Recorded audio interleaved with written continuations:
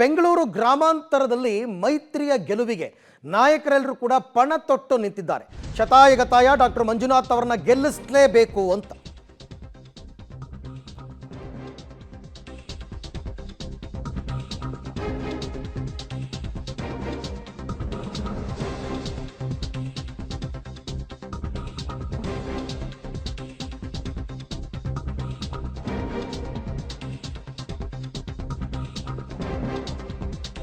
ಗ್ರಾಮಾಂತರದಲ್ಲಿ ಈ ಬಾರಿ ಮೈತ್ರಿ ಗೆಲುವಿಗೆ ಪಣ ತೊಟ್ಟಿದ್ದಾರೆ. ಹೀಗಾಗಿ ಚನ್ನಪಟ್ಟಣ ಅಂತಂದರೆ ಕುಮಾರಸ್ವಾಮಿ ಅವರ ಕ್ಷೇತ್ರ. ಚನ್ನಪಟ್ಟಣದಲ್ಲಿ ಬಿಜೆಪಿ ಜೆಡಿಎಸ್ ಕಾರ್ಯಕರ್ತರ ಸಮ್ಮಿಲನ ಕಾರ್ಯಕ್ರಮವನ್ನು ಹಮ್ಮಿಕೊಂಡಿದ್ದಾರೆ.